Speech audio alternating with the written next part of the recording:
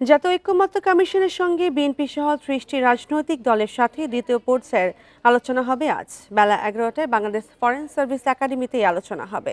ওয়ালটন আবারও মিলিয়নিয়ার অফারে ওয়ালটন ফ্রিজ কিনে আপনিও হয়ে যেতে পারেন মিলিয়নিয়ার। এর আগে সোমবার বিকেলে রাজনৈতিক দলগুলোর সঙ্গে জাতীয় ঐক্যমত্য কমিশনের দ্বিতীয় পর্বের আলোচনা শুরু হয়। এতে সংস্কার প্রক্রিয়ার সাথে যুক্ত সব রাজনৈতিক দলকে আমন্ত্রণ জানানো হয়। সভাপতিত্ব করেন প্রধান উপদেষ্টা অধ্যাপক মোহাম্মদ ইউনূস। সংলাপে জাতীয় সংসদ নির্বাচন ও জুলাই সনদ ঘোষণার চূড়ান্ত পর্যায়ে পৌঁছাতে নানা বিষয়ে আলোচনা হয়। ঐক্যমত্য কমিশন সূত্র জানায়, সংবিধান সংস্কার কমিশনের যেসব মৌলিক প্রস্তাবে এখনো ঐক্যমত্য হয়নি সেগুলো আলোচনার বেশি গুরুত্ব পাবে।